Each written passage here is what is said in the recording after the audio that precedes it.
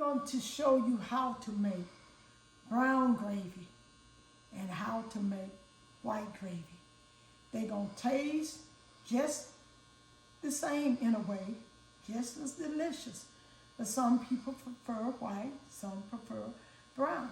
But you just cannot add salt and pepper to white or brown and call it gravy. It's not gravy. But Grandma Gloria will show you the best way, and you would never say, I don't know how to make gravy. Yes, you do. I'll see you in the next video. Oh, here we are again. We're making an all-purpose brown gravy. Can go for any occasion. You don't have to wait for no certain time. I'm using, this is 1/3 cup of oil. Now I may have to add more based on my flour. I'm gonna start off with 2 tablespoons of flour. When you make brown gravy, all you're doing is cooking flour. Now, if you can remember that, you will not go wrong. So can it be any oil or any oil you want? You don't have to get that expensive stuff. What you want your flour to be, like I say all the time, swimming in the oil. I need to use some more flour because I can see that I still have, I started off with 2 tablespoons, I'm gonna add 1 more. And I'm going to brown that. I'm gonna wait until I make sure that, now the more flour I add, the greater amount of your gravy. Now I think I'm gonna do a 1/2 spoon more because I want everything to sort of look like that side instead of just, I can still see all that. So okay. There's 3 tablespoons, and I can eyeball this, and a 1/2. 2 tablespoons and a 1/2. So we start off 3 tablespoons and a 1/2. Okay, so he used 3.5 tablespoons of flour. Now, when I say cooking the flour, I'm going to let this get brown. Since it's almost there, I'm going to use powdered onions. The powdered onions. So just so I know, as long as you use 1/3 cup of oil and 3.5 cups or tablespoons, 3.5 tablespoons of flour, it shouldn't cake up on you when you're making the gravy. No, it will not. Okay. And start your skillet hot. So when you put your flour in, it'll start browning right away. So this onion powder made it, start browning fast. Now I like spices. So I'm just not gonna stop with the onion powder. I'm gonna put some garlic powder because I like for my food to taste good. Just to taste, we don't have to measure that out. I don't know whether I did the black pepper. No, you haven't added black pepper yet, just Okay. onion powder so far and garlic powder now. So it's getting there. You already have your, like, mashed potatoes already seasoned. You don't want to add too much salt. If you're making this for dressing and you have seasoning in your dressing, you don't want to have too much salt. But I'm just going to assume you made mashed potatoes, you made rice, and you don't have seasoning in the rice or the potatoes, so we're going to add some seasoned salt. When I cook my flour, I have it on high, so it won't take as long. But I had to run and do something. I cut it down on 2. That's the reason why. Okay, so make sure that we're cooking it on high. Yes, you cook it on high, and that'll cut your time in half. So we are going to add, first off, 1 cup That's of water. brown enough for you right Yeah. there? All right, that's 1 cup of water we add into it.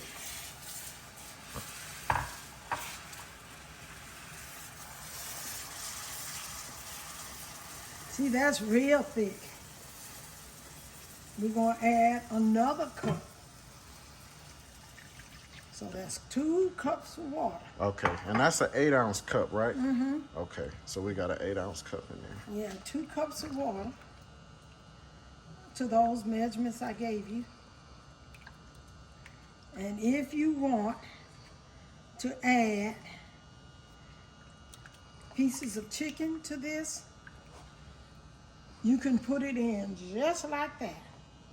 And when you put the chicken in, that chicken will soak up all of the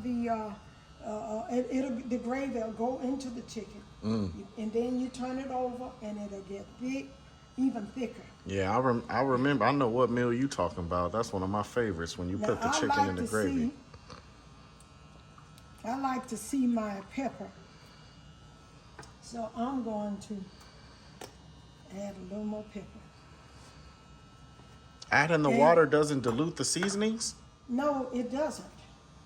It's just like when I cook things, I start off, if I'm boiling something, I'll start my seasoning like my turnip greens. I'll season my water. So it's what you put in the water that keeps the seasonings. So I'm assuming I've made mashed potatoes and I don't have any seasoning on those mashed potatoes. So I'm gonna season my gravy because I don't have seasoning on my rice or my potatoes. Okay. Now this is a gravy that you can use at any time. If you want it any browner than that, before you add your water, just keep cooking your flour in oil. But this is a beautiful, perfect color of brown gravy. It will fit any occasion. And if you love onions, you can take your onions and you can put them in there, saute them in. I'm not an onion, never turn down on onions. That's why I use onion powder. But this is your perfect brown gravy. You can't go wrong. Start your flour and your oil in first. Make sure it turns to a brown color before you start adding your water. This is it. Okay. Okay. We are here again, and this is white gravy. We're going to do the same thing we did with the brown. It start off the same way. And like I said, doesn't matter what type of oil you use, any type. We're going to start off with the flour. You are cooking flour. Don't forget that. We'll start off with 3 tablespoons of flour. This is going to be white gravy. But the flour still have to be cooked. Now, since this is a white gravy, I'm not going to use just plain water. I'm going to use some chicken broth. Now, you can use water, nothing wrong with that, but I'm going to use some chicken broth. Now, this is brown enough for your white gravy. I'm going to use some chicken stock. How much is chicken stock? Is that? I'm starting off with 1 cup. Okay.